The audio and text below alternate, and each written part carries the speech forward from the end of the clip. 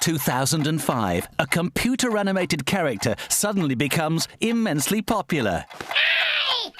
He is everywhere, in TV commercials, in the biggest newspapers, on radio, and it seems that every second cell phone is ringing with his annoying sound. He becomes a pop star, selling millions of singles and albums, topping the charts in nearly every country in the world. Who was responsible for this crazy frog fever? Why did he become so big? Who benefited from all this success? What happened to the people behind the crazy frog phenomenon? And how did he change their lives? Daniel Malmeder is the guy who, when he was 16 years old, in some little city in Sweden, actually made this noise that everything started with. There was no crazy frog yet, he just made a noise that was, I think he wanted to imitate the sound of his moped when it starts.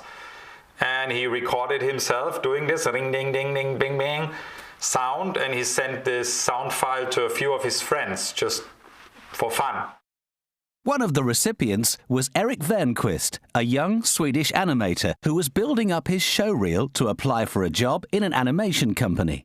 I had this idea of creating a character that looked like he could make that sound. So that's when I made what I call the character the annoying thing.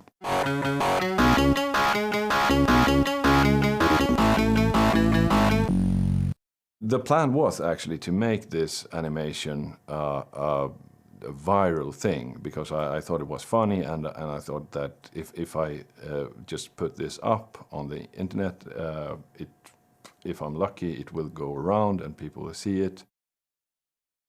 Ding ding ding ding ding ding ding ding dum dum bum bam bam bum bum bum bum bum.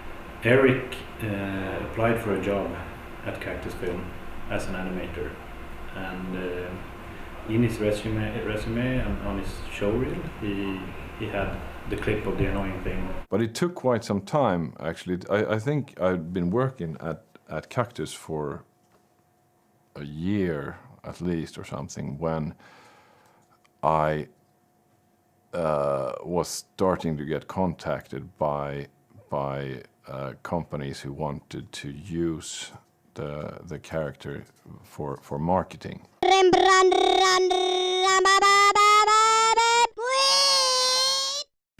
In 2005, the growth of the mobile phone content market, in particular ringtones, had its peak. Erik was contacted by Jamba, one of the biggest mobile phone content providers in the world. Ding ding. The first guy that contacted me from Jamba was this, I don't remember his name, he was a really, really pushy guy. And he was calling me at night and yelling on the phone, and it was like, you realize, Erik, I have to sign this fucking deal by tomorrow.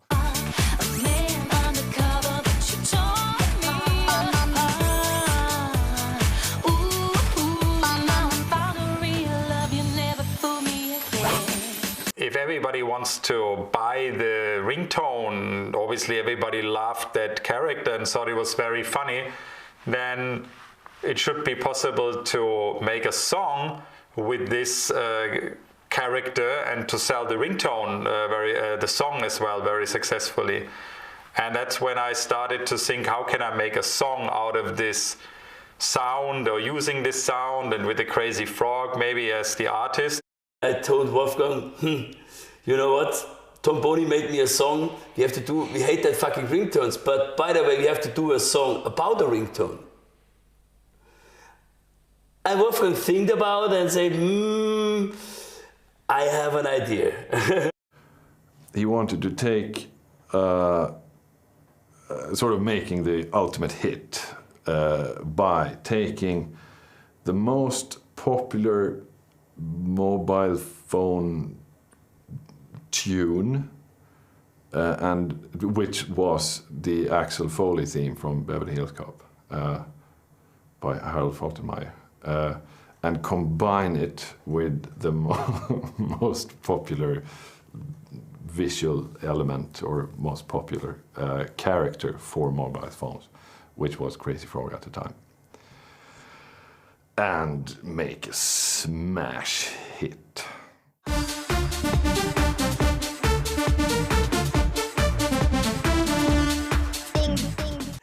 We went in the studio and I just cut the whole samples again. So I had on one bing, bam, boo, bam, bam, bam.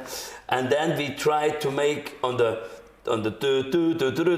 melody line and tried to make a sample line who fixed. It cost us 2 bottles of vodka to find the right one. I thought, okay, yeah, good luck.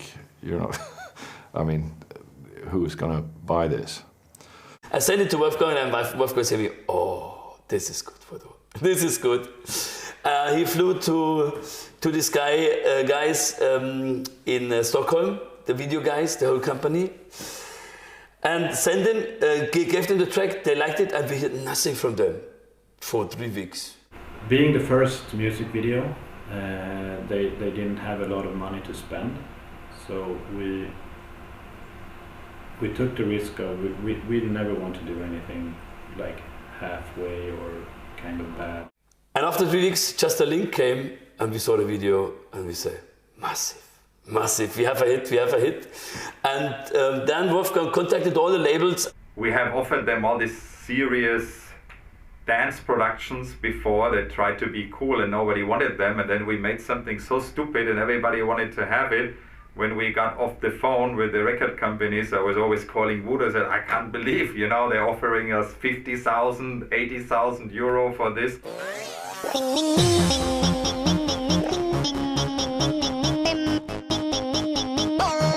When Crazy Frog was released on the first day, on Monday, we were waiting for the news, and then in the afternoon, the guy from the record company in London, he called us and he said, we're outselling Coldplay 4-1.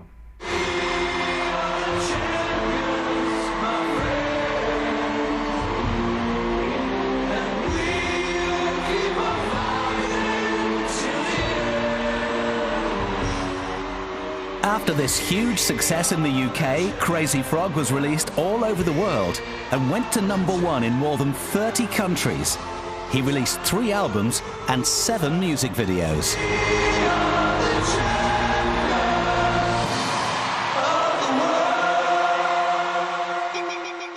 Crazy Frog music is not something I can't relate to it, and I don't think that there was any public demand for this at all. From our point of view, they pushed it way too hard, so people started hating this character, but it's a lovable little creature. But you know, if you see it 3 times each commercial break on TV, nobody likes it, except for small kids. So we had that problem for a while. But the thing that made it famous was the combination of a funny character, a good song, and a good video. The Crazy Frog is not about the Crazy Frog. This is, the whole thing who driving this was 2 things. First of all, the mobile phone came up and it was possible to change the ringtone, but not by yourself. The second key of success was that Jamba was already a running business model for them, and this was already taught that they wanna have, that people can download it from them. This was new, you know, and people, they even didn't know that finally this was, I mean, they robbed off the people. I mean, they don't sold a ringtone. They didn't sold a ringtone. They sold a subscription model. That means you can download now 5 ringtones a week, and it's not easy to get away from this contract. You know. I wish I could have foreseen the longevity of it a little more, so that I could have had better creative ideas from the start, because my role was basically whenever someone wanted something or wanted to do something, a new song or a music video and whatever, I was always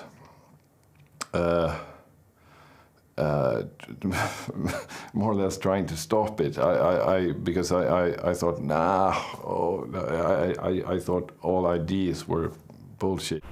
Basically, what happens when people realize that this is going big, yes, a lot of people involved tries to squeeze out the most amount of money for their part. I was along for the ride, and I made some money as well, and I understood, of course, that was the point of the whole thing. So, but it was just hard. I mean, it is hard if you have any artistic ambition to take part of a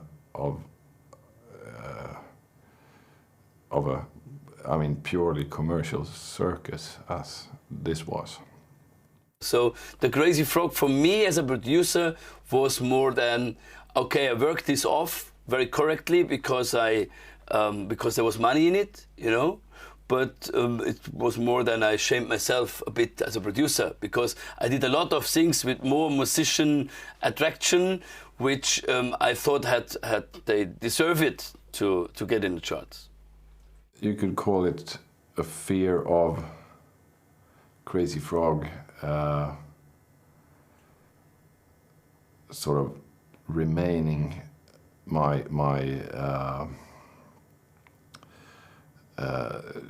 impact on the world. He thinks about this more than he needs to, because no one will connect him with that character forever. I mean, he always do other stuff, and we do too. So, I mean, I think it's just a thing to be proud of and not to be haunted by. I was asked one time by a reporter if I wanted it to say a Crazy Frog on my tombstone, and of course I don't. But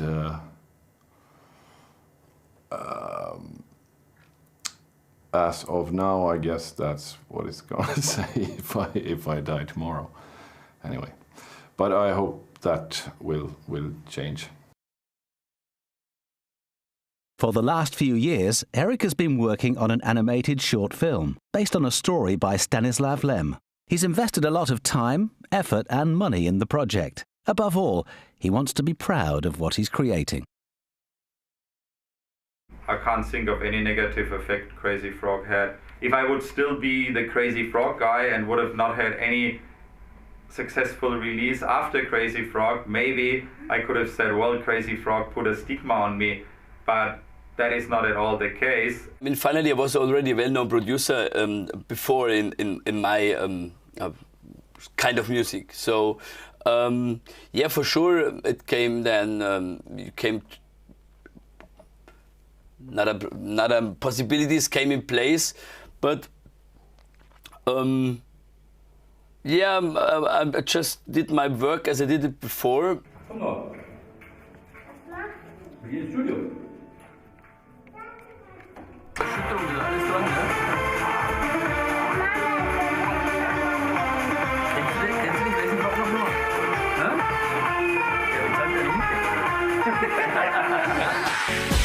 Right foot, let's start.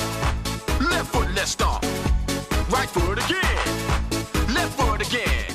I don't think Crazy Frog will come back, because I think something like this can only happen at one point in time, and then everybody's interested in it, and once the interest is down, there's no way really to bring this interest back, because the main point about it is when it's something new people haven't seen before. People see it as a novelty hit, but then again he released 3 albums, we did 7 or 8 music videos, we worked with it for 3 or 4 years straight, so it wasn't just his first single. So of course it will, if you don't make anything new with it, if you keep on pushing the same music and the same type of music videos, the interest will die out. But if you come up with a new angle, a new approach for a TV series or a feature film, the character is still lovable, he's still a funny guy, and he could definitely still come around another time, but I don't know if that happens, but maybe, we'll see.